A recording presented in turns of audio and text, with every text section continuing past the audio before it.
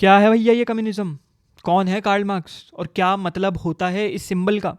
आज चलो जानते हैं कम्युनिज्म होता क्या है। क्योंकि एक बिगनर्स वीडियो है तो हम शुरुआत से लेके चलेंगे। कम्युनिज्म क्या होता है, कैसे आया, पॉलिटिकल आइडियोलॉजीज क्या होती हैं। अब लेट से एक कम्युनिस्ट है तो वो क्या नैरेटिव सेट करेगा, हम वो लेके चलते हैं। ये मेरा नैरेटिव नहीं है, कम्युनिस्ट लोगों का नैरेटिव है। कम्युनिज्म एक ऐसी फिलॉसफी, ऐसी पॉलिटिकल आइडियोलॉजी है जिसकी दुनिया को ज़रूरत है भाई।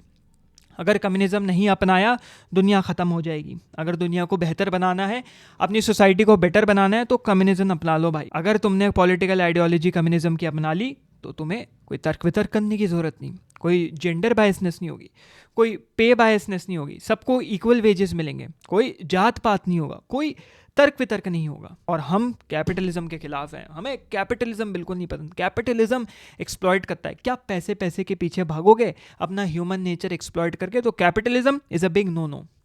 हमने एक खूबसूरत यूटोपिया देखा, एक ऐसी दुनिया देखी जो सबको साथ लेके चलेगी। लेकिन लेकिन ये तो कम्युनिस्ट लोग कह गए या कोशिश करी इन्होंने कहने की, but communism failed very very miserably. बहुत बुरी हालत हुई कम्युनिज्म की। और चलते चलते आगे बढ़ते बढ़ते दुनिया की मोस्ट हेटेड पॉलिटिकल आइडियोलॉजीज में से एक बन गया। कम्युनिज्म ने इक्वालिटी प्रॉमिस तो ज़रूर करी, but at the end of the day क्या मिला? डिक्टेटर्स को पैलेस। क्या खूबसूरत आयरनी है। लेकिन ऐसा क्यों, किस लिए हुआ ऐसा? कोई बात नहीं, इस लेक्चर में हम लोग इसी सवाल का जवाब देंगे। अब यहाँ पे डिस्क्लेमर, ये ऐसी पॉलिटिकल आइडियोलॉजीज ना बहुत सेंसिटिव चीज़ है और इस चैनल पे इसका इंट्रोडक्शन भी बहुत सेंसिटिव है। यहाँ पे मैं हमेशा से डे वन से अनबायस्ड, अनओपिनिएटेड फिलोसफिकल आइडियाज़ रखता हूँ। जो जैसा जिस फिलोसोफर ने कहा उसको सीधा उठा के यहाँ कॉपी पेस्ट कर देता हूँ। मेरा कोई ज्ञान नहीं जाता इसके पीछे, मेरी कोई आइडियाज़ नहीं जाते इसके पीछे। तुम खुद फैक्ट चेक कर सकते हो, गूगल है, इंसाइक्लोपीडियाज़ हैं, जर्नल्स हैं, रिसर्च पेपर्स हैं, लाइब्रेरीज हैं, जाके खुद से देख सकते हो। तो यहाँ पे मैं unbias, as much unbias opinion देने की कोशिश करता हूँ जितना मैं दे सकता हूँ। लेकिन फिर भी अगर कुछ लोगों को अदरवाइज लगे, लेकिन फिर भी कुछ लोगों को उसके अंदर घुसेड़ना ही है अपना माथा, तो हम कुछ नहीं कर सकते, हम उनको रोक भी नहीं सकते। तो कोई बात नहीं, आगे बढ़ते हैं। इसका हिस्टोरिकल कॉन्टेक्स्ट लेके चलते हैं पार्ट वन में। इमेजिन करो कि तुम एक स्कल्प्टर हो, या तुम एक क्राफ्ट पर्सन हो, या तुम एक आर्टिसन हो। तुमको कला बनानी आती है, तुम कारीगरी करते हो कपड़े के ऊपर। असली में नहीं करते हो भैया, बता रहे हैं, कारीगरी करते हो। लेट्स से ये जो है माइक्रोफोन, यही एग्जांपल हमें मिला यहाँ पे, ये है, इसके ऊपर जो भी कंपनी का नाम लिखा हुआ है, लेंगे नहीं तो स्पॉन्सर्ड वीडियो हो जाएगा। ये कंपनी का नाम लिखा हुआ है, उसको आपको तराशना आता है, लेट्स से गोल्ड जरी करना आता है। अब यहाँ पे क्या होता है कि आपके पास एक कंपनी आती है। भाई क्या इसके ऊपर अपना माथा फोड़ते रहते हो, दिन भर में 4-5 पीस बना पाते हो? हमारे पास बड़ी बड़ी मशीनें हैं, हमारे साथ हाथ मिला लो। हाथ मिलाओगे, फ़ायदा उठाओगे, हम भी फ़ायदा उठाएंगे, आप भी फ़ायदा उठाओगे। लेकिन भाई तुम कलाकार हो, तुम्हें ज़्यादा फ़ायदा होगा। और आप खुश हो जाते हो, यार मैं दिन भर के 4-5 पीसेस बनाता हूँ, मुश्किल से 800-900 रुपये की कमाई होती है, और यहाँ तो मेरे को दिन की 4-5 हज़ार 6 हज़ार की कमाई, मतलब 10 गुना 20 गुना कमा सकता हूँ मैं। आप छोड़ देते अपना काम और हाथ मिला लेते हैं उस कंपनी के साथ। धीरे धीरे पता लगता है भैया ये तो काट के निकल लिए, तो चूना लगा दिया, आपको तो मशीन बना दिया, आपको तो एक्सप्लॉइट कर दिया। आपकी जेब में चवन्नी नहीं जा रही, वो लोग लाखों में खेल रहे हैं आपके स्किल के ऊपर। और ये इस वजह से आपको अपना क्राफ्ट ये पसंद नहीं आ रहा। रोज़ बैठते हो तराशने के लिए, लेकिन मज़ा नहीं आ रहा, वो फीलिंग नहीं आ रही। ऐसा लग रहा है कि गुलाम बन के रह गए हो। यार मैं रोज़ सुबह कम से कम जब अपना काम करता था, रोज़ सुबह उठ के दिल से जाता था भाई काम करने की, चलो आज बैठ के हम लोग कारीगरी करेंगे। लेकिन अब तो ऐसा लग रहा है मैं गुलाम बन गया, मेरी आइडेंटिटी खो चुकी है, मैं एलिनेट हो चुका हूँ। चलो ये सब छोड़ो, इमेजिन करो आपकी 18th-19th सेंचुरी में कि बच्चे लगे पड़े हैं, मुंह पे काला धुआं लगा हुआ है ना, पेट्रोल और डीजल जो भी उस वक्त ईंधन वगैरह होते थे, वो अंदर जो है उन लोगों की सांस की नलियों में जा रहा है, और बच्चे बाल श्रमिक चल रहा है, और इसमें सब लोग एक्सप्लॉइट हो रहे हैं। ये हालत हो रखी है। और यही था इफेक्ट कैपिटलाइजेशन का। कैपिटलाइजेशन आया कि हाँ अब हम खुली छूट लेके धंधा कर सकते हैं। कैपिटलाइजेशन के बाद इंडस्ट्रियल रेवोल्यूशन आया, विच इज़ इंडस्ट्रियलाइजेशन, और इंडस्ट्रियलाइजेशन से एक्सप्लॉइटेशन आया, लोग एक्सप्लॉइट होने लग गए। ये जो हमने बात करी ना, यही क्रिटिसिज्म है जो कार्ल मार्क्स ने दिया। कार्ल मार्क्स का काम यही था, और उन्होंने अपने दोस्त फ्रेडरिक एंगेस के साथ मिलके अपने काम को आगे बढ़ाया। अब एंगेस तो थे वो बड़े इंटरेस्टिंग कैरेक्टर थे, इनके दोस्त थे वो भी एक फिलोसफर थे, लेकिन ज़रा वो परछाई की तरह रहते थे कार्ल मार्क्स ही। कार्ल मार्क्स काम करते थे, कार्ल मार्क्स को ये जैसे ईंधन होता है ना, आग में ईंधन फ्यूल डालने का काम करते थे एंगेस। एंगेस बड़े अमीर बाप के बेटे थे, इंडस्ट्रियल रेवोल्यूशन के एक एक्सटेंशन थे, और उस वजह से हमारे कार्ल मार्क्स को भी पैसा मिलता रहता तो वो अपना काम करते रहते थे। अब इन्होंने कैपिटलिज्म के बारे में बात करी कि कैपिटलिज्म एक ऐसा इकोनॉमिक सिस्टम है जहाँ पे चीज़ें प्राइवेटली ओन होती है और कोई प्राइस नहीं होता किसी भी चीज़ का। जितना सप्लाई बढ़ता जा रहा है उतना डिमांड बढ़ता जाएगा, प्रोडक्शन के ऊपर कोई रोक नहीं है, जितना पेलना है जितना छापना है छापो, सप्लाई डिमांड का खेल है, और फ्री मार्केट में आप उतर चुके हैं। और फ्री मार्केट क्या होता है? फ्री मार्केट होता है कि जहाँ पे कोई प्राइस नहीं है किसी भी चीज़ का, कोई एमआरपी नहीं है, जितने में आप बेचना चाहो बेच सकते हो, मार्केट में उतरो, कुछ इलीगल नहीं है और गवर्नमेंट उसके अंदर इंटरवीन कर ही नहीं सकती। तो उसका रिजल्ट क्या होगा? बताओ क्या होगा रिजल्ट, जल्दी बताओ भैया, वीडियो खत्म हो जाएगा। उसका रिजल्ट होगा अंधी महंगाई, लोगों के गुर्दे छिल जाएंगे, क्या क्या बेचना पड़ जाएगा उन्हें। और यही होता है capitalism, exploitative nature of society, particularly the bourgeoisie class, जो अमीर क्लास के लोग होते हैं। तो इसका सोल्यूशन क्या है? मार्क्स ने क्रिटिसिज्म तो दे दिया, मार्क्स ने कहा यहाँ पे सोल्यूशन है कम्युनिज्म। कम्युनिज्म लाओ, कैपिटलिज्म हटाओ। कम्युनिज्म लाएंगे, हम लोग सारा वेल्थ शेयर करेंगे, रिसोर्सेज शेयर करेंगे, जो अभी तक कुछ चंद अमीर लोगों ने पकड़ रखा था वो सब अब हम बांट देंगे। एवरीथिंग वुड बी शेयर्ड, सारे रिसोर्सेज शेयर होंगे। सिर्फ एजुकेशन और हेल्थ केयर शेयर नहीं होगी, प्राइवेट ओनरशिप ऑफ प्रॉपर्टी भी शेयर होगी। प्रॉपर्टी है, घर मकान होगा आपका, समझो अगर कम्युनिज्म होता तो मकान भी आपको शेयर करना पड़ेगा। तो ये तो बहुत दिक्कत वाली बात हो गई। आप सबकी नीड्स मिलाने तो जा रहे हैं, लेकिन यहाँ पे शेयरिंग की बात आ गई। फिर और ये सब चीज़ें होंगी कैसे भाई? ये सब तो बहुत कॉम्प्लिकेटेड चीज़ें हैं। ये सब चीज़ें वर्किंग क्लास खुद करेगी, जिसको बोला प्रोलेटेरिएट। वर्किंग क्लास को खुद मुद्दा अपने हाथों में उठाना होगा। ये सिस्टम जब तक आप छोड़ के रखेंगे ना मीरो, जो बोर्गुआजी के हाथ में छोड़ के रखेंगे, तो प्रोलेटेरिएट तो दबते ही रह जाएंगे। तो किसी के हाथ में मत छोड़ो। वर्कर को बोला खुद अपने हाथ में स्थिति लो, खुद अपने हाथ में मुद्दा लो, क्योंकि अपने काम काज को समझने वाला वही इंसान हो सकता है जो वो काम काज कर रहा है। अरे भैया, फैक्ट्री में अपनी तशरीफ़ टिका के पूरे दिन बैठे रहते हो, कुछ समझ में आता नहीं है, इन बुर्गुआजीन अमीर लोगों को आके तुम्हें बहरूपिये के तरह और डॉल के तरह चलाते हैं। ये लोग कठपुतली हो, तुम कठपुतली बन जाओगे। नहीं भाई, वो तुम्हारे काम को नहीं समझते। तुमने अपना काम बनाया है, तुमने अपना धंधा खुद बनाया था, तुम्हें अपना धंधा चलाना आता है, तो ये लोग आके तुम्हें चंद पैसों में खरीद लेंगे, तुम बिक जाओगे। नहीं नहीं नहीं, सिचुएशन अपने हाथ में लो। हम बोल रहे हैं ना सब बटेगा, भाईचारा, अल्टीमेट भाईचारा ये होगा, कच्चे से लेके मकान तक सब कुछ इक्वली डिस्ट्रीब्यूट होगा। तो ये था कम्युनिज्म इन अ नटशेल, और ये है कम्युनिज्म इन अ नटशेल। यहाँ पे एक सवाल है सबके लिए, अगर जवाब देना है तो कमेंट सेक्शन में दो। अच्छा जवाब होगा तो देखा जाएगा, देखते हैं किसका कितना अच्छा जवाब आता है। कभी तुमने सोचा है कि अमीर अमीर क्यों होता चला जाता है और गरीब गरीब क्यों होता चला जाता है? और ये मैं इसलिए पूछ रहा हूँ क्योंकि ये सबसे मेजर सवाल था। अपनी पूरी ज़िंदगी निकाल दी एंगेज ने और कार्ल मार्क्स ने इस सवाल का जवाब देने के लिए।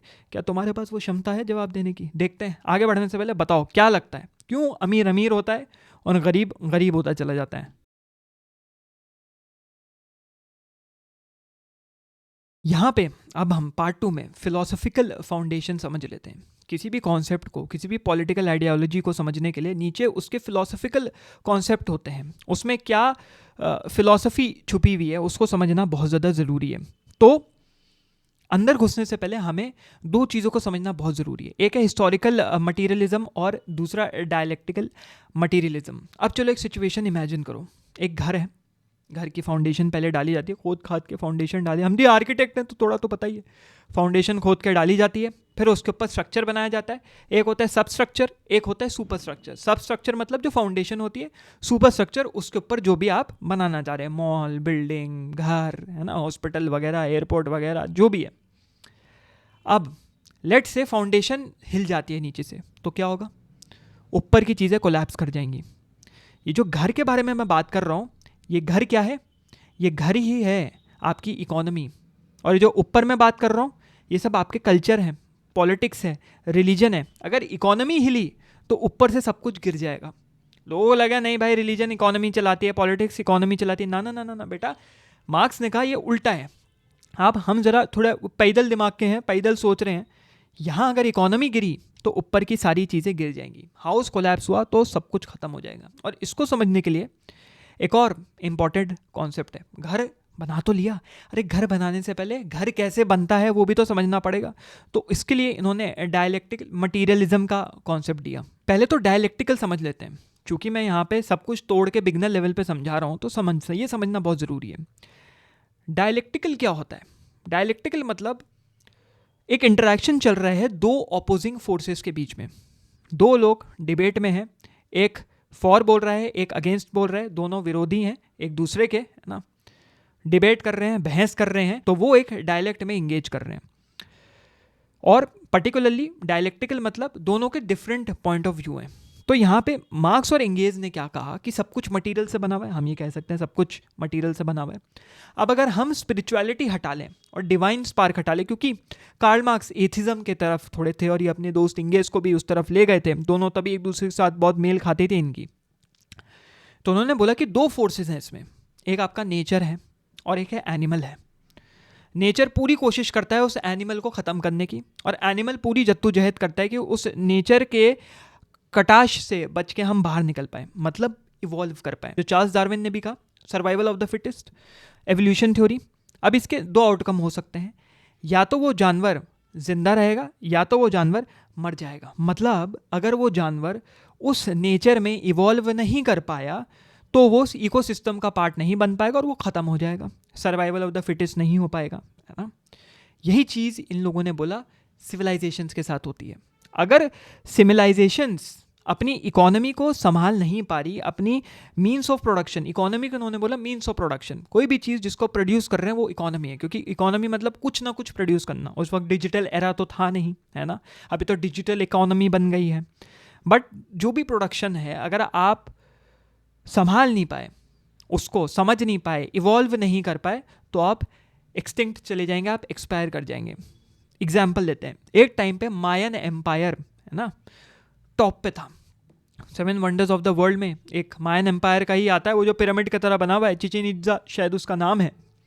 तो मायन एम्पायर में सीन सिंपल सा था कि टॉप पे था भाई, उनकी टेक्नोलॉजी खतरनाक, उनके घर खतरनाक, उनका ड्रेनेज सिस्टम खतरनाक, उनके वॉरियर्स खतरनाक, कोई उनको डिफीट नहीं कर सकता था। लेकिन 900 सी 900 कॉमन एरा में ये सोसाइटी, ये सिविलाइजेशन पूरी तरीके से एक्सटिंक्ट हो गई। ये कैसे हो गया भाई?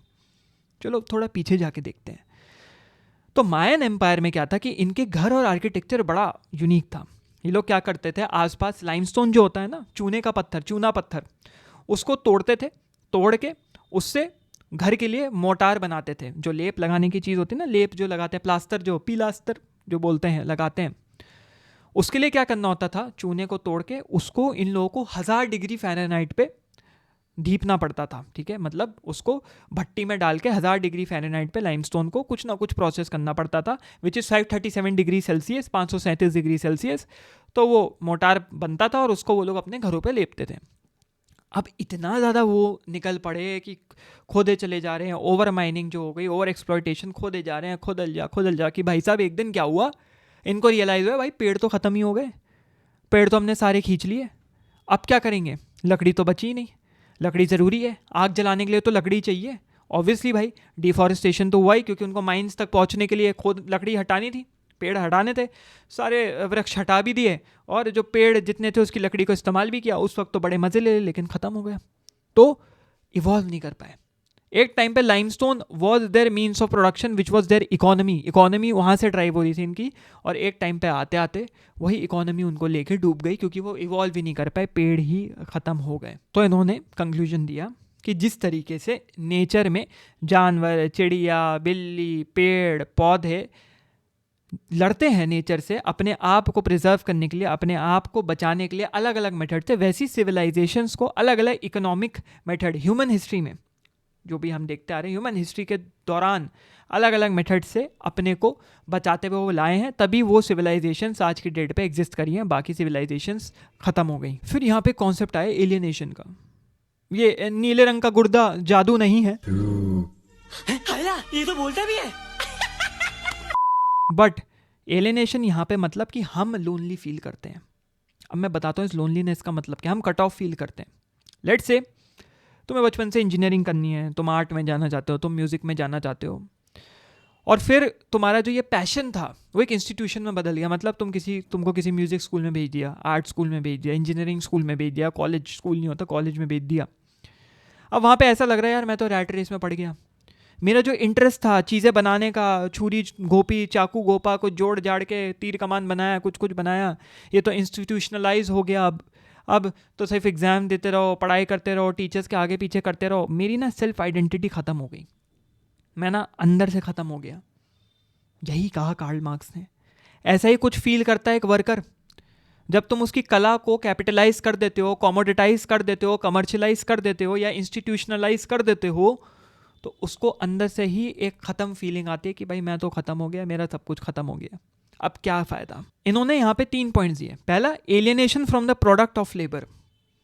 ये अपने ही मेहनत से होता है ना, जैसा वीडियोस बना रहे हैं हम, ये लेबर है, ये मजदूरी है, ये मेहनत है। मजदूरी गलत शब्द नहीं है, लोग उसको गलत लेते हैं। मजदूरी मतलब छोटे लोग, ये वो गरीब लोग, नहीं, सब मजदूरी कर रहे हैं भाई।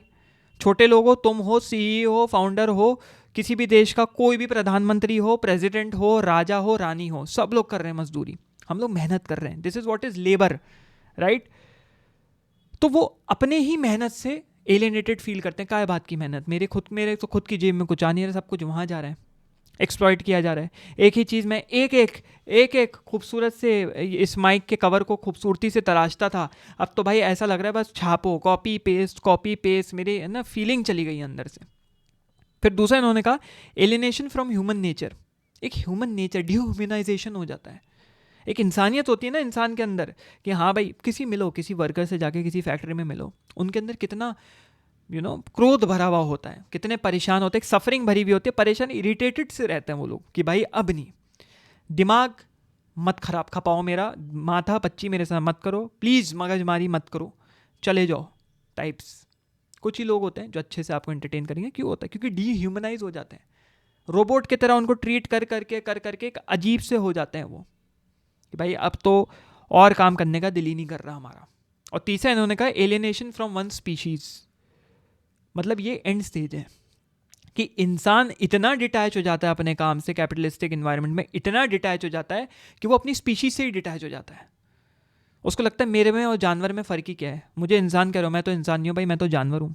वही रेपिटेशन, एक इंसान की इंटेलेक्चुअल खूबसूरती वो तो ख़त्म ही हो गई है। ये तो ऐसा ही हो गया जैसे घोड़े को A to B B to A, A to B B to A, A to B B to A, मैं आगे पीछे कर रहा हूँ, तो इस घोड़े में और मुझ में क्या फ़र्क हो गया। कार्ल मार्क्स ने ये सब तो कहा, लेकिन इसका ना कोई वो सोल्यूशन नहीं दे पाए, और इस वजह से इनको बहुत क्रिटिसिज्म मिली। ये जो कॉन्सेप्ट ऑफ एलियनेशन था, और कार्ल मार्क्स के ज़्यादातर काम में इन्होंने यही किया। एक बहुत बड़े लेवल पे, जिसको आगे क्रिटिसिज्म में बात करेंगे, बड़े स्तर पे इन्होंने बोल दिया ऐसा होगा भैया, ऐसा होगा, कम्युनिज्म इज़ द बेस्ट। लेकिन कैसे बेस्ट भाई, उसका बताओ तो, सोल्यूशन तो दो, तोड़ो तो उसको, पार्ट्स में डिवाइड तो करो, उसके सोल्यूशन तो दो। ये तो दिए नहीं इन्होंने, तो क्रिटिसिज्म मिले। यहाँ पे अब मार्क्स ने लेबर के बारे में बात करी, और लेबर को हम समझा लेते हैं कि यहाँ पे लेबर तो मैंने एक बेसिक कॉन्सेप्ट दे दिया कि एक तरफ अपने काम के ऊपर ध्यान देना, that is what labour is. Labour is कि तुम एक वर्कर के काम को बता रहे हो, उसका काम क्या है, उसको लेबर बोलते हैं। उसको देसी भाषा में बहुत अलग तरीके से मजदूरी देखा जाता है, बट 2 मिनट के लिए उस मजदूरी को, वो जो इमेज बना रखी है ना हमने मजदूर की, वो हटा के कार्ल मार्क्स के हिसाब से सोचने की कोशिश करो। पहली चीज़ इन्होंने दी लेबर पावर, विच इज़ एक मजदूर की, एक लेबर की कैपेसिटी, कि वो किस कैपेसिटी पे गुड्स प्रोड्यूस कर सकता है, वो किस कैपेसिटी पे सामान बना सकता है, सामान उत्पन्न कर सकता है, और उस सामान को वो बेच सकता है मार्केट में जाके मनी के बेसिस पे। पहले वो बार्टर कोलैबोरेशन चलता था कि मैंने आपको कुछ सामान दिया, डेट से मैंने आपको ये दिया, उसके बदले में आप मुझे परफ्यूम दो, या मैंने आपको 2 भैंस दी, आप दूध देने के लिए, जिससे वो भैंस दूध दे, आप बदले में मेरे को 30 या 40 मुर्गी दो, या 1 महीने का अनाज दे दो, धान दे दो, कुछ भी हो सकता है।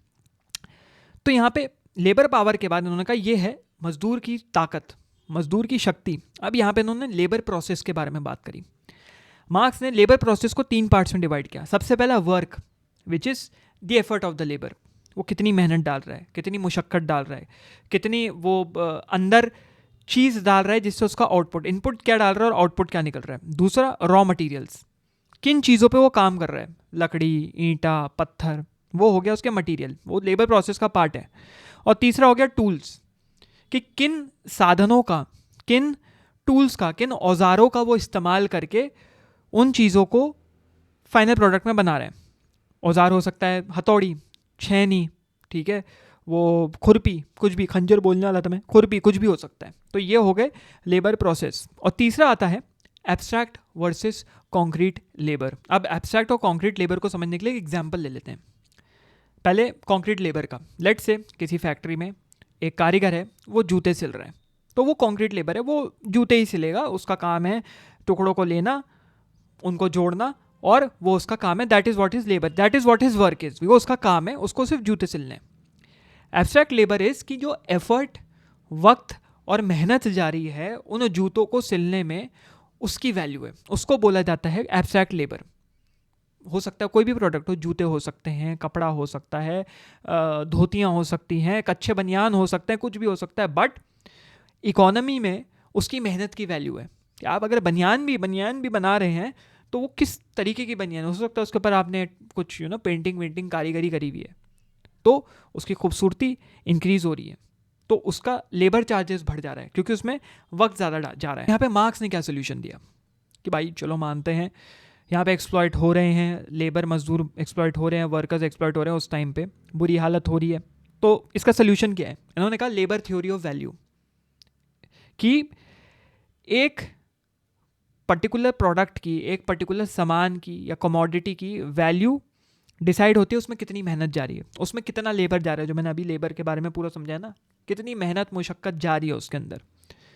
ये क्या करते हैं, ये जो कैपिटलिस्टिक लोग होते हैं, ये उनकी मेहनत को नज़रअंदाज करते हैं। वो मेहनत कर रहे हैं, ऐसे दिखाते हैं कोई मेहनत नहीं है, तुम तो बना रहे हो, एक ही चीज़ तो बना रहे हो, और जो मेहनत का पैसा है वो लोग खुद खा जाते हैं ना। वर्कर की रोटी तोड़ते हैं, मजदूरों की रोटी तोड़ते हैं ये लोग। और ये लोग क्या करते हैं, मजदूरों को उसका पैसा इतना कम देते हैं और अपने हिसाब से मार्केट का प्राइस सेट करते हैं कि ये प्राइस हमने सेट कर दिया, मजदूरों को उतना ही मिलेगा। तो इसका और सोल्यूशन क्या है? सबसे पहले इन्होंने बोला यूनियन बनाओ, कि भाई यूनिटी बना लो, एक दूसरे से जुड़ जाओ और इन बुर्गुआजी को उठा के पटक दो। ये जितने टॉप तुम्हारे क्लास के हैं ना, जो अपने को 30 मार खाओ तोप समझ रहे हो, उनको उठा के पटक दो, यूनिटी बना लो। जो यूनियन वगैरह टाइप्स होते हैं, जो होता है ना, यूनियन वहीं से कॉन्सेप्ट आया है। पहले तो ये सोवियत हिस्टोरिकली देखो, सोवियत यूनियन से शुरू हुआ था, लेनिन के टाइम से शुरू हुआ था, बट आगे उसको बढ़ाया गया, बात करेंगे आगे। और दूसरा डिवीजन ऑफ लेबर, कि भाई ऐसा नहीं है कि एक चंद समूह को ही एक पर्टिकुलर चीज़ पता है बनाने की, कि भाई हमको तो ये बनाना आता है, हमको तो ये बनाना आता है, ये अब हम साइड में बैठ लेंगे। सबको सब कुछ आना चाहिए, हर मजदूर को ये बनाना आना चाहिए। ये नहीं कि एक मजदूर सिर्फ इसका धागा बना सकता है, एक मजदूर ये बना सकता है, एक मजदूर इसके ऊपर पेंट कर सकता है। तीनों काम आने चाहिए, तभी आप यूनिटी में रह सकते हैं। आगे बढ़ते हुए इन्होंने बताया कि हमने मजदूरों की बात तो कर ली, लेबर्स की बात तो कर ली, वर्कर्स की बात तो कर ली। यहाँ पे अब हमें बड़े लेवल पे इसको समझना पड़ेगा। क्या है इकोनॉमिक डिटर्मिनिज्म? डिटर्मिनिज्म मतलब एक कॉज एंड इफेक्ट चल रहा है। अगर इकोनॉमी हिल गई तो सब कुछ हिल जाएगा। क्या होता है इकोनॉमिक डिटर्मिनिज्म? या इन्होंने जो कॉन्सेप्ट दिया बेस और सुपर स्ट्रक्चर का, ठीक है, मैंने उस वक्त सब स्ट्रक्चर बोल दिया, आर्किटेक्चर टर्मिनोलॉजी में सब स्ट्रक्चर और सुपर स्ट्रक्चर बोलते हैं, बट असल में बेस, यहाँ पे इजी भाषा में अगर हम ले लें, एक बेस होता है। बेस क्या है भाई? बेस के दो, मतलब आपका जो सोसाइटी है उसके दो पार्ट हैं। एक तो बेस हो गया कि भाई कैसे गुड्स बन रहे हैं, इकोनॉमी चल रही है, गुड्स का डिस्ट्रीब्यूशन हो रहा है, गुड्स की लॉजिस्टिक्स हो रही है, ठीक है, कैसे उनको बांटा जा रहा है सोसाइटी में। और एक हो गया सुपर स्ट्रक्चर, कि उस इकोनॉमी के ऊपर क्या क्या बना हुआ है, सारे कल्चर, सारे लॉज, पूरा पॉलिटिक्स, सब बना हुआ है। एक अगर हिल गया तो सब कुछ हिल जाएगा। अब ये काम कैसे करता है? एक इकोनॉमी बन गई, फॉर एग्जाम्पल बेस पे इकोनॉमी बनी हुई है, सुपर स्ट्रक्चर पूरी कोशिश करेगा उस इकोनॉमी को प्रोटेक्ट करने की, गवर्नमेंट लॉज उस तरीके से बनाएगी कि वो उस इकोनॉमी को प्रोटेक्ट कर पाए, मीडिया कवर ही करेगी दुनिया को इस तरीके से कि उस इकोनॉमी को प्रोटेक्ट कर पाए, विच इज़ प्राइवेट प्रॉपर्टी। और एक तुमने पता नहीं मीम देखी है कि नहीं ऑनलाइन, या एक चार्ट देखा है कि नहीं, कि दुनिया में कुछ चंद ही 6-7 कंपनीज हैं जो सारे गुड्स, कॉमोडिटाइज प्रोडक्ट्स सब कुछ कंट्रोल करती हैं। और जो बड़े बड़े बैंक्स वगैरह हैं या लेंडिंग कंपनीज है, कंसल्टेंसी फर्म्स हैं, कुछ जैसे हो गए ब्लैक रॉक जैसे हो गए, वो क्या है, वो सारे टॉप कंपनीज को, जितने top 100 companies in the world ले लो, top 50 companies in the world ले लो, फॉर्च्यून 100 ले लो, नैस्डैक ले लो, जो भी ले लो, सिर्फ 2-3 ही ऐसे बैंक्स हैं जो पूरे उनके 70% से ज़्यादा कंपनीज़ को कंट्रोल करते हैं, देखा है तुमने, और उन्हीं को प्रोटेक्शन मिलता है। और जो देखा है ना रोथशील्ड वगैरह, जो रोथशील्ड फैमिली है, उनके कल्ट्स हैं, और ये है इल्यूमिनाटी है, टॉप पे रहते हैं, ये रहते हैं, इकोनॉमी बनाते हैं, ये सब जो कॉन्स्पिरेसी थ्योरीज हैं, ये सब यही है भाई, यहीं से उत्पन्न होता है, यही है जो इकोनॉमी जो है कवर कर रहे हैं। अब लेट्स से एक एग्जांपल यहाँ पे ले लेते हैं। एक फैक्ट्री ओनर है, ठीक है, एक छोटे से सिटी में, एक छोटे से स्टेट में एक फैक्ट्री ओनर है। फैक्ट्री ओनर इकोनॉमी चला रहा है उस सिटी की। अब वो फैक्ट्री ओनर क्या करेगा, वो गवर्नमेंट की पॉलिसीज़ भी इन्फ्लुएंस करने की कोशिश करेगा, गवर्नमेंट को सुननी पड़ेगी। जैसे उसने कहा कि भाई टैक्स रेट को ज़रा लोअर कर लो, वरना हमारे दिक्कत होने वाली है और पैसा ऐसा का आदान प्रदान नहीं हो पाएगा। वो करेगी, गवर्नमेंट को करना पड़ेगा, गवर्नमेंट उसकी बात सुनेगी। यहीं आता है करप्शन। तो इन्होंने कहा, कार्ल मार्क्स ने, कि देख लो भाई, भ्रष्टाचार की नींव यहीं से रखी जाती है, यहीं से स्थापित करी जाती है। तभी कार्ल मार्क्स ने कहा, यहाँ पकड़ लिया, आहा देखा, तभी मैं कह रहा हूँ इकोनॉमी सब चीज़ों के नीचे है। जिस दिन इकोनॉमी को मुट्ठी में कर लिया, इकोनॉमी को काबू कर लिया, तो भाई तुम ऊपर की सारी चीज़ें कंट्रोल कर सकते हो। वो कंट्रोल होना, काबू में होना बहुत ज़रूरी है। अब यहाँ पे इनका रिवॉल्ट आया, which is proletariat versus bourgeoisie, working class versus जितने तुम्हारे अमीर तबके, ऊंची ऊंची चीज़, उनके साथ यहाँ पे भिड़ंत इन्होंने दी। इन्होंने कहा कि वर्कर्स को, प्रोलेटेरिएट को बुर्गुआजी के साथ, कैपिटलिस्ट के साथ लड़ना तो पड़ेगा, और कुछ छोटे टाइम पीरियड के लिए जो हमारे प्रोलेटेरिएट है, इनको एक डिक्टेटरशिप रूल लाना पड़ेगा। यहाँ ज़रा थोड़ा कार्ल मार्क्स ज़रा हल्के से फंस गए, ये लोगों ने पकड़ लिया। ये जो टेम्पररी फेज था ना, ये बहुत सारे आने वाले पावरफुल लोगों ने उसको एक्सप्लॉइट किया है। इन्होंने कहा नहीं, छोटे से फेज़ के लिए, जिससे कि हम कैपिटलिज्म को डिसमेंटल कर पाए और वहाँ पे सोशलिज्म का कॉन्सेप्ट ला पाए। कैपिटलिज्म पावर को और वेल्थ को कॉन्सेंट्रेट कर देता है, एक जगह छुपा के रख लेता है, एक ही जगह कॉन्सेंट्रेटेड रहती है। हमें उसको बांटना है, हमें उसको तोड़ के सब में थोड़े थोड़े टुकड़े डालने हैं। जैसे रशियन रेवोल्यूशन 1917 में हुआ, सारे वर्कर्स साथ में आ गए, उठा पटकी शुरू हो गई और रीडिस्ट्रीब्यूशन ऑफ वेल्थ के बारे में बात हुई। और इसके बाद क्या होगा, एक क्लासलेस सोसाइटी, क्लास अबॉलिश कर दिया जाएगा, ये ऊपर ये नीचे, ये स्टेट है, ये मेरा स्टेट है, तेरा स्टेट है, कोई सोसाइटी नहीं होगी, कोई क्लास नहीं होगा, कोई बाउंड्रीज नहीं होगी। और यही होता है कम्युनिज्म। यहाँ पे मार्क्स ना इंस्पायर्ड भी थे एक बड़े इंटरेस्टिंग जर्मन सिस्टमैटिक फिलोसफर से, हेगल। बहुत कॉम्प्लिकेटेड थे हेगल। हेगल ने भी डायलेक्टिक्स का कॉन्सेप्ट दिया, हेगल ने सिंथेसिस, थीसिस, एंटी थीसिस का कॉन्सेप्ट दिया। अब कार्ल मार्क्स ने कहा कि हेगल के साथ ज़रा एक दिक्कत है, हेगल का जो कॉन्सेप्ट है डायलेक्टिक्स का, वो उल्टे सर खड़ा हुआ है, मतलब सर नीचे पैर ऊपर, हमें उसको पलट के सीधा खड़ा करना है। तो ये बहुत इंपॉर्टेंट है, और ये अपने में ही बहुत बड़ा कॉन्सेप्ट है। मैं यहाँ पे उसको, इस वीडियो को कॉम्प्लिकेट करने के लिए यहाँ पे उसको छेड़ूंगा नहीं। अगर अलग से इसके ऊपर वीडियो चाहिए होगा तो नीचे कमेंट ज़रूर करना। तो मैं हेगल और कार्ल मार्क्स का क्या जो इन्फ्लुएंस था, क्या कार्ल मार्क्स ने सीखा हेगल से, वो मैं उसके ऊपर एक वीडियो ज़रूर बनाऊँगा। अब यहाँ पे हम लोग पार्ट 3 में ले लेते हैं की थिंकर्स। क्या की थिंकर्स यहाँ पे आए थे। सबसे पहले लेनिनिज्म, हमारे व्लादिमीर लेनिन जो फाउंडर थे सोवियत रशिया के, सोवियत यूनियन जो भी आपका बना, सोवियत रशिया पर्टिकुलरली, सार जो गवर्नमेंट था उसको उठा के पटकने काम इनका था। इन्होंने एक वैनगार्ड पार्टी बनाई, और वैनगार्ड पार्टी मतलब छोटा ग्रुप लीडर्स का। अब इन्होंने तो ये कहा कि रेवोल्यूशन चल रहा है, वर्कर्स चल रहे हैं, वर्कर्स ने यूनियन बना लिया बस, बट हर एक यूनियन के ग्रुप को लीड करने के लिए भी कोई लीडर चाहिए ना, तो वो पार्टी होना बहुत ज़्यादा ज़रूरी है। ऐसा नहीं कि सारे वर्कर्स अपने आप ही, वरना वर्कर्स में ही आपस में लड़ाई होगी। तो वहाँ पे एक लीडर होना ज़रूरी है। जितने डिसीजंस होंगे डेमोक्रेटिक सेंट्रलिज्म के थ्रू होंगे, मतलब ओपन डिबेट होगी, सब कोई उसमें पार्टिसिपेट कर सकते हैं, कोई भी अपना तर्क वितर्क रख सकता है, लेकिन जो फाइनल डिसीजन डिसाइड किया जाएगा सबको उसके साथ जाना पड़ेगा। लेनिन के जो बोल्शेविक्स थे, जिन्होंने ये पूरा मूवमेंट चलाया, सार गवर्नमेंट को उठा के पटका, इन लोगों का मेन गोल था, मुद्दा था सोशलिज्म लाना, और इंस्पायर्ड अपने कार्ल मार्क्स से। अब आए लेनिन के बाद रशिया में एक और महान लीडर, ठीक है, जिन्होंने कॉन्सेप्ट दिया और जिनके कॉन्सेप्ट पे नाम पड़ा स्टालिनिज्म, योसेफ स्टालिन। अब इनका क्या काम था, ये लेनिन के बाद इन्होंने सत्ता संभाली। इन्होंने क्या कहा, इन्होंने कहा कि हमें फैक्ट्रीज बिल्ड करनी है, अंधी रैपिड ग्रोथ करनी है, रशिया को टॉप पे पहुंचाना है। और इन्होंने कलेक्टिवाइजेशन का कॉन्सेप्ट दिया, जितने भी प्राइवेटली ओन्ड फार्म्स हैं सबको स्टेट ओन्ड बनाओ, सबका बंटवारा करो। ये नहीं कि एक बंदा लेके बैठ गया। हमें सोवियत यूनियन को और मजबूत बनाना है, हमें सोवियत यूनियन को और ताकतवर बनाना है। इन्होंने अथॉरिटेरियन रूल लागू कर दिया कि भाई स्ट्रिक्ट कंट्रोल होगा, सब कुछ सेंट्रलाइज होगा, हमें पावर मेंटेन करके रखनी है। और एनिमीज़ को हटाने के लिए इन्होंने पर्जेस करने शुरू करी, मार काट शुरू कर दी। तो यहाँ ज़रा ये गलत चले गया था, यहाँ इनकी मेंटालिटी ज़रा हिल गई थी। यूक्रेन का एग्जाम्पल अगर लें स्टालिन के रिजीम में, तो एक होलोडोमोर करके एक बहुत बड़ा फैमीन आया था और बहुत बुरी हालत हुई थी। इन्होंने 5 ईयर प्लान्स डालने शुरू करे स्टालिन ने। हम 5 साल में प्रोग्रेस को मैप करेंगे, 5 साल के प्रोग्रेस को प्रेडिक्ट करेंगे, जो कि काम किया। हाँ भाई, फैक्ट्री सेटअप हुई, इकोनॉमी बूस्ट हुई, लेकिन इतनी सफरिंग आ गई, इतने एक्सप्लॉयट हो गए लोग इन रिटर्न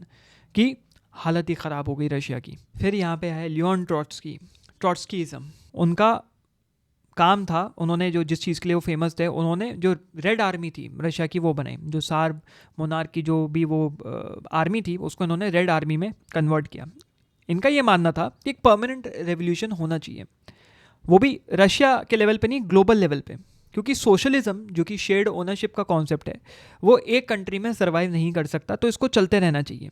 इन्होंने स्टालिन का को क्रिटिसाइज़ किया कि भाई स्टालिन तो सिर्फ सोवियत यूनियन में ही पड़ गए, हमें पूरी दुनिया पे राज करना है, पूरी दुनिया को अपने कॉन्सेप्ट्स देने हैं। ट्रॉट्स्की का एक एग्जाम्पल है, जिन्होंने 4th इंटरनेशनल, और ट्रॉट्स्की को जो है निकाल दिया गया था रशिया से एग्जाइल पे बाय स्टालिन। तो इन्होंने उनकी चीज़ों को वापस करने के लिए एक 4th इंटरनेशनल निकाला, जिसमें उन्होंने सारे वर्कर्स को यूनाइट किया। अब ट्रॉट्स्की से बहुत लोग चिढ़ते भी थे, और मेक्सिको में, मेक्सिको नहीं बोलते, मैं ही हो बोलते हैं, मैं ही हो में इनको असैसिनेट कर दिया गया था। इनका ही कोई जानने वाला था, लाइब्रेरी में या कहीं पे थे, और वो कुल्हाड़ी लेके, एक्स लेके इनके वो खोपड़िया के पीछे बजा दिया गया, जो कि सही नहीं था, बट असैसिनेट ये कर दिए गए थे। उसके बाद आता है माओइज़म का कॉन्सेप्ट। भाई किसने नहीं सुना है माओ जेडोंग का नाम, जिन्होंने पीपल्स रिपब्लिक ऑफ चाइना, जो हम आज, जो क्विन डायनेस्टी उस वक्त थी, अब हमारा चाइना है, वो चाइना नाम कैसे पड़ा। अब माओ ने जो है मार्क्सिज्म का कॉन्सेप्ट लिया, विच वॉज फीजेंट सोसाइटीज़ की। भाई फार्मिंग कम्युनिटीज़ के ऊपर इन्होंने ज़्यादा ध्यान दिया कि फार्मर्स ही होते हैं जो इकोनॉमी बनाते हैं किसी भी कंट्री की, फैक्ट्री वर्कर्स नहीं, और फार्मर्स ही हैं जो रेवोल्यूशन, जो मजदूर हाथ बोलते हैं ना, मजदूर हाथ ही रेवोल्यूशन लेके चल सकता है। इन्होंने एक और कॉन्सेप्ट दिया, विच वॉज पीपल्स वॉर, कि भाई फ़ौज को जो काम कर रहे हो करने दो, लेकिन फ़ौज को एक और काम दो कि अपने एनिमीज़ को लाओ और अंदर लाओ। बोलते हैं ना, एनिमीज़ को कंट्री के बाहर रखो, नहीं, एनिमी को, दुश्मन को अपने देश के अंदर लाओ, और यहाँ पे जितने तुम्हारे वर्कर्स हैं, जितने तुम्हारे पेशेंट्स हैं, ये अपना काम करेंगे, गोरिल्ला वॉरफेयर का इस्तेमाल करेंगे, छुप के वार करेंगे और दुश्मन का खात्मा कर देंगे, कि दुश्मन वापस से ना आए कि भाई ये फ़ौजी तो यहाँ के ख़तरनाक हैं ही, यहाँ के लोग भी बहुत ख़तरनाक हैं। माओ ने जो है चाइनीज़ कम्युनिस्ट रेवोल्यूशन 1949 में ये लेके चले, और इन्होंने भड़काऊ भाषण दिए, भड़काया रूरल पेजेंट्स को कि अपने लैंडलॉर्ड्स के अगेंस्ट हो जाओ, और बहुत यहाँ पे मारकाट हुई। आगे जाते जाते, ये तो कुछ एग्जांपल्स हैं, और भी एग्जांपल्स हैं, बट आगे जाते जाते वेस्टर्न मार्क्सिज्म और न्यू मार्क्सिज्म का कॉन्सेप्ट आया, जिसमें अलग अलग तरीके के कल्चर्स, फ्री थिंकर्स आए। न्यू मार्क्सिस्ट ने एडवर्टाइजिंग को समझा कि कैसे एडवर्टाइजिंग कंज्यूमरिज्म को बढ़ाता है, हम लोग जो एड्स देखते रहते हैं। और बहुत न्यू मार्क्सिस्ट, जैसे फेसबुक जैसे मार्केट प्लेस हो गया, फेसबुक जिस पे फेसबुक एड्स चलते हैं, इंस्टाग्राम पे एड्स चलते हैं, गूगल पे एड्स चलते हैं, यूट्यूब पे एड्स चलते हैं, उनके अगेंस्ट होते हैं कि भाई ये कंज्यूमरिज्म को बढ़ावा दे रहा है और ये कम्युनिज्म के खिलाफ जा रहा है, विच इज़ नॉट गुड।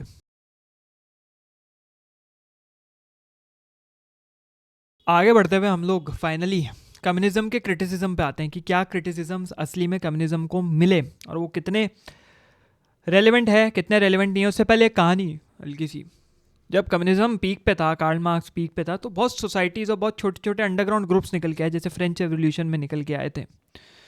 तो एक ऐसी ही ग्रुप था जिसमें डिबेट चल रही थी, और कुछ लोग थे जो कम्युनिज्म के फॉर थे, कुछ लोग थे कम्युनिज्म के अगेंस्ट थे, लेकिन जो फॉर थे वो ज़्यादा थे, और जो फॉर थे वो सारे यंग नौजवान गरम खून गरम लौंडे कम्युनिज्म के बारे में बतिया रहे हैं, ये होता है कम्युनिज्म, ऐसा होता है, वैसा होता है, ये हो जाता है, वो हो जाता है।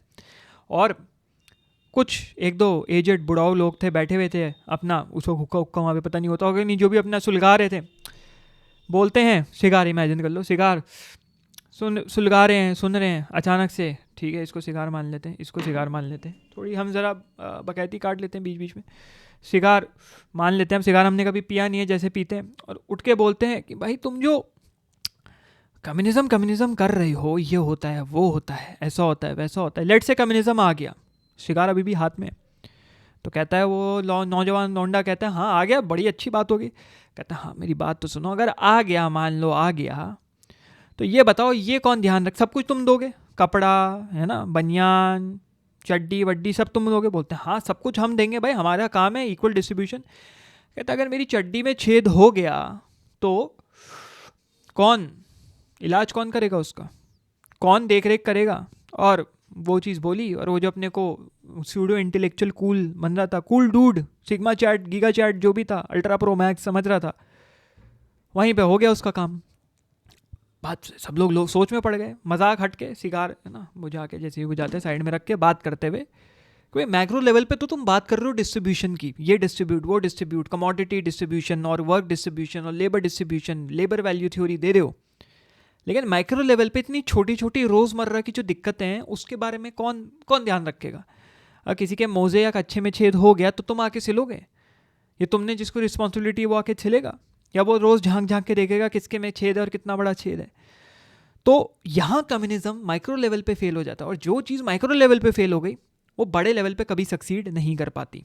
तो यहीं से क्रिटिसिज्म ले लेते हैं। सबसे पहला लैक ऑफ इंसेंटिव, ये भाई कोई काम अच्छे से करे कोई काम अच्छे से ना करे, इंसेंटिव सेम मिलेंगे। यही हुआ सोवियत फैक्ट्रीज में ही हुआ, वर्कर कुछ थे जो दिल से काम कर रहे थे और कुछ थे जो ओंग रहे हैं सो रहे हैं, लेकिन वेजेस सबको सेम मिल रही थी। तो लोगों ने बोला काम ही क्यों करना है भाई, हम भी ओंगेंगे हम भी सोएंगे, और ओंगना सोना शुरू करोगे तो इकोनॉमी वैसे ही गिरने वाली है। दूसरी इकोनॉमिक इनसफिशिएंसी है, इतनी प्लानिंग एक तरफ चलती है कि दूसरी चीज़ों की प्रिडिक्शन हो ही नहीं पाती। इस चीज़ का बंटवारा इतना कर दो कि दूसरी चीज़ का बंटवारा हो ही नहीं पा रहा। यूएसएसआर में अगेन एग्जांपल, ब्रेड के लिए लाइन लगी पड़ी है, लोगों की लंबी किलोमीटर लंबी लाइन लगी पड़ी है एक ब्रेड के टुकड़े के लिए, लेकिन यहाँ पे जूतों के पाइल पड़े हुए हैं, जूते ही जूते कि सब लोग जूते पहनेंगे, जो हम लोग देंगे वो जूते सब पहनेंगे, लोगों को स्टाइल ही नहीं पसंद आ रहा है वो, तो जूते पड़े हैं, फैक्ट्रीज जूतों की खुली रखी है, जूतों के ऊपर काम हो रहा है, ब्रेड यहाँ पे लोगों को मिल नहीं रही। तीसरा loss of freedom, state control का इतना प्रॉपर्टी के ऊपर कंट्रोल आ जाता है, लोगों की ज़िंदगी के ऊपर कंट्रोल आ जाता है कि लोग ओनरशिप खोनी शुरू कर देते हैं। एक छोटा सा भी पार्ट दोगे वो भी ओन नहीं कर पाते हैं। अब जैसे मॉज गवर्नमेंट में, जब चाइना में क्या हो रहा था कि भाई गवर्नमेंट स्टेट डिसाइड कर रहा था कि किसको कहाँ रखा जाएगा, किसको कहाँ प्रॉपर्टी मिलेगी, किसको कहाँ प्रॉपर्टी नहीं मिलेगी, उसकी वजह से लोगों की पर्सनल चॉइसेस ख़त्म होती जा रही थी, दिक्कत आ रही थी। चौथा करप्शन और पावर अब्यूज़, ये तो देखा जाता है भाई। सबसे बड़ा एग्जाम्पल इसका नॉर्थ कोरिया, कि जो लीडर्स बोलते हैं कि हम आपका ध्यान रखेंगे, हम भी आपके साथ बराबरी पे रहेंगे, वो एक एलिटिस्ट लाइफस्टाइल जी रहे हैं, वो महलों में घूम रहे हैं, वो बड़ी बड़ी गाड़ियों में घूम रहे हैं, तो कटा किसका, इन लोगों का कटा, है ना, आम जनता का कटा। पांचवा सप्रेशन ऑफ डिसेंट, मतलब अगर तुमने सरकार को क्रिटिसाइज़ किया तो तुमको इम्प्रिजन कर दिया जाएगा, जेल में डाल दिया जाएगा, तुम्हारे पास कोई भी फालतू केस ठोक दिया जाएगा, या उससे बुरा तुम्हें ख़त्म कर दिया जाएगा। स्टालिन ने अपने टाइम पे करोड़ों लाखों करोड़ों लोगों को मारा है, यही इसी चीज़ की वजह से। हल्का सा डिसएग्रीमेंट मार दो, वो देखिए वो डिक्टेटर अलादीन, कुछ भी हुआ, हाँ भी बोला ना भी बोला, समझ में भी नहीं आया कोई कॉन्सेप्ट, वही वाला कॉन्सेप्ट वही यहाँ पे आया। छठे पे आता है इक्वालिटी वर्सेस रियलिटी।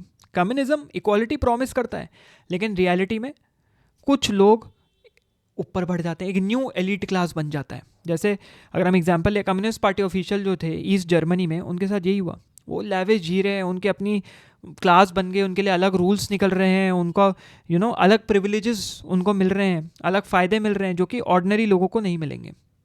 सातवां रेजिस्टेंस है उनके अंदर, resistance to innovation, which is अगर कोई कंपटीशन ही नहीं होगा तो टेक्नोलॉजिकल एडवांसमेंट में कोई मोटिवेशन ही नहीं आएगा।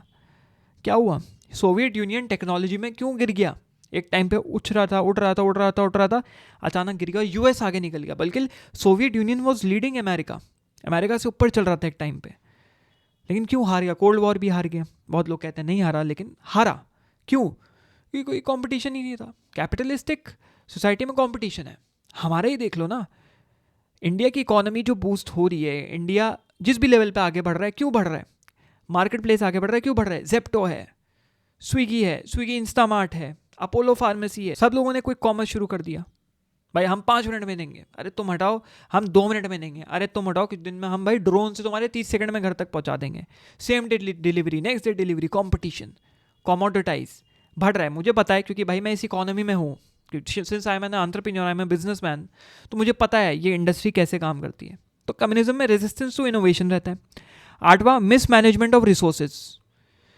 इतने बड़े बड़े प्रोजेक्ट्स पे काम होने लग जाता है, ऐसे कर देंगे वैसे कर देंगे, कि बेसिक नीड जो हमने बात करी ना, बुढ़ा हो बाबा ये सिगार वाले, सिगार अभी भी सुलग रही है, टेबल ना चल जाए हमारी, हम माइक्रो लेवल पे ध्यान ही नहीं दे रहे, इतने बड़े बड़े चीज़ों पे काम कर रहे हैं, और वही हुआ, मिसमैनेजमेंट हो रहा है। जो कि चाइना का एग्जाम्पल था, चाइना ने जो ग्रेट लीप बोला, हम ग्रेट लीप फॉरवर्ड आगे बढ़ेंगे, यहाँ महामारी आ गई, भूखमरी आ गई, जो कि एग्जाम्पल है।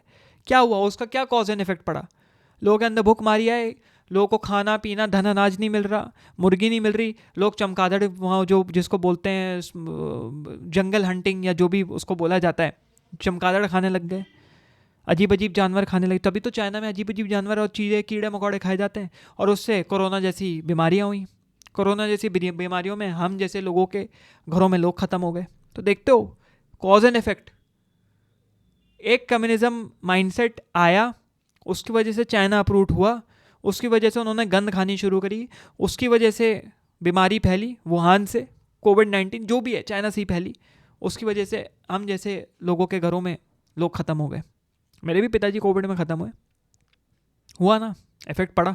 और फाइनली ग्लोबल फेलियर्स, ये कभी सस्टेन कर ही नहीं पाए, अनसस्टेनेबल इतना ज़्यादा इनका मॉडल है कि 1991 में सोवियत यूनियन जो सबसे बड़ा कम्युनिस्ट पूरा तुम्हारा जुड़ाव था नेशंस का, टूट गया। क्यों टूटा? क्योंकि अनस्टेबल है, अथॉरिटेरियन रिजीम्स बन रही है, मारकाट चल रही है, लोगों को समझ में नहीं आ रहा क्या हो रहा है क्या नहीं हो रहा है, बंटवारा नहीं हो रहा। बंटवारे की बात हुई थी, यूटोपिया दिखाया गया था, यूटोपिया बन नहीं पा रहा और टूट गया। तो बॉटम लाइन ये है कि कम्युनिज्म एम तो करता है कि हम इक्वालिटी देंगे, फेयरनेस देंगे, और सुनने में बड़ा खूबसूरत लगता है, बड़ा गुडी गुडी लगता है, बट असल में जब प्रैक्टिस में आता है, जब लागू किया जाता है, तो ह्यूमन नेचर की वजह से जितनी भी इनएफिशिएंसीज है इस दुनिया में और जो कॉन्सेंट्रेशन ऑफ पावर चलता है, उस वजह से कम्युनिज्म पीछे रह जाता है। तो यहाँ पे खूबसूरत सा शेर कहना चाहूँगा, शेर तो नहीं है, कोटेशन है, ज़्यादा बोल दिया मैंने। From each according to his ability to each according to his needs, communism का फेमस कोट है ये, और मैं चाहता हूँ आप लोग इसका मीनिंग समझाएं। अभी तक जो समझ में आया कमेंट्स में जाके समझाने की कोशिश करो कि क्या इसका मीनिंग है। और बाकी तुम्हें क्या लगता है क्यों कम्युनिज्म फेल हुआ? क्या कम्युनिज्म इसलिए फेल हुआ कि उसके आइडियाज़ वीक थे, कार्ल मार्क्स ने, फ्रीडरिख एंगेल्स ने जो कॉन्सेप्ट दिया वो वीक थे, या फिर जो लोगों ने इम्प्लीमेंट करने की कोशिश करी वो वीक था? और एग्जांपल्स दे सकते हो, मैंने यहाँ पे मॉइज़म का एग्जांपल दिया, स्टालिन का एग्जांपल दिया, है ना। तुम और भी एग्जांपल तुम्हारे कुछ वर्ल्ड हिस्ट्री से related, international relation, current affairs से रिलेटेड, या जो भी मॉडर्न एरा में रूलर्स हैं उनके रिलेटेड एग्जांपल है, डाल सकते हो। फ्री ओपन इंगेजमेंट नीचे आप कर सकते हैं। तो भाई at the end of the day communism एक बहुत ही अलग तरीके की फ़िलॉसफी, पॉलिटिकल आइडियोलॉजी रहती है, जो डिवाइड भी करती है, जो साथ भी लाती है, जो चैलेंज भी करती है दुनिया को, जो इंस्पायर भी करती है।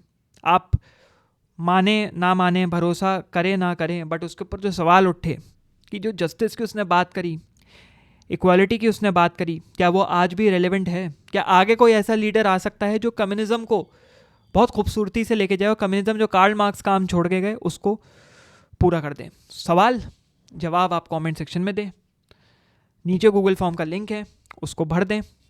तब तक के लिए मिलते हैं किसी अगले लेक्चर में, है ना भैया। चलिए अब आप भी निकलिए, हम ही निकलते हैं ना, प्रोटीन पिए भाई, जिम विम से आए अब।